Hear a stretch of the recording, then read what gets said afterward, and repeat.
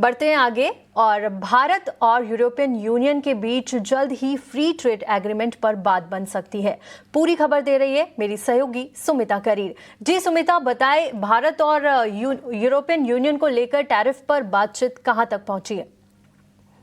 देखिए, सबसे पहले बात कर लेते हैं इंडिया और यूनाइटेड स्टेट्स का जो ट्रेड एग्रीमेंट है वहां पर बात कहां तक पहुंची है। देखिए, कॉमर्स सेक्रेटरी सुनील बर्तवाल ने अभी कुछ देर पहले बताया हमें कि इंडिया और United States have been engaged on multiple levels. तो whether it's level of trade, ministerial talks और डिप्लोमेटिक लेवल्स, हम लोग उनके साथ एंगेज रहे हैं। इनफैक्ट वर्चुअली भी एंगेज रहे हैं ऑन अ वीकली बेसिस दोनों साइड से। और ओवरऑल एक पॉजिटिव मोमेंटम जो है वो विटनेस किया जा रहा है। पॉजिटिव मोमेंटम एक्सपेक्ट कर रही है टीम वहां से भी और यहाँ से भी। जो यूनाइटेड स्टेट्स के जो चीफ नेगोशिएटर है वो आज रात को इंडिया आएंगे और एक दिन के लिए ये टॉक्स चलेंगी। तो वो कल एक दिन के लिए यहाँ पे रहेंगी, कल सुबह ही टॉक्स शुरू हो जाएंगी और उसके बाद ही जो नेक्स्ट राउंड ऑफ टॉक्स होगा इंडिया और यूनाइटेड स्टेट्स के बीच में उसका डिसीजन लिया जाएगा। तो ये जो है ये काफी बड़ी स्टोरी है as far as India and the United States are concern.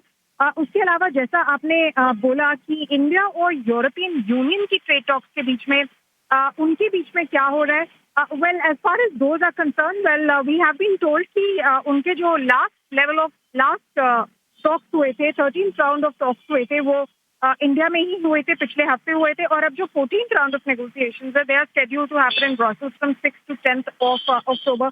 So essentially, that's what we are given to understand as far as talks between European Union and India are concerned. जी सुमिता, ये बातचीत तो भारत और US के बीच में भी चल रही है, लेकिन अगर यूरोपियन यूनियन की बातचीत करें फ्री ट्रेड एग्रीमेंट को लेकर, तो वो मसला अब तक कहां तक पहुंचा है, उस पर जरा जानकारी। इंडिया यूरोपियन यूनियन का जो ट्रेड टॉक्स है, जो एफटीए, उसके बारे में बोला है कि both sides are open to the possibility कि एक अर्ली हार्वेस्ट डील हो जाए। Overall negotiations they remain in a sweet spot. हमें ये भी बताया जा रहा है कि इंडिया और जो यूरोपियन यूनियन है वो एक कॉम्प्रिहेंसिव डील के फाइनलाइजेशन को देख रहे हैं बाय द ईयर एंड। और जितने भी इशू थे यूरोपियन यूनियन और इंडिया के एफटीए को लेकर वो रिजॉल्व हो चुके हैं। Significant convergence has been received from both the sides.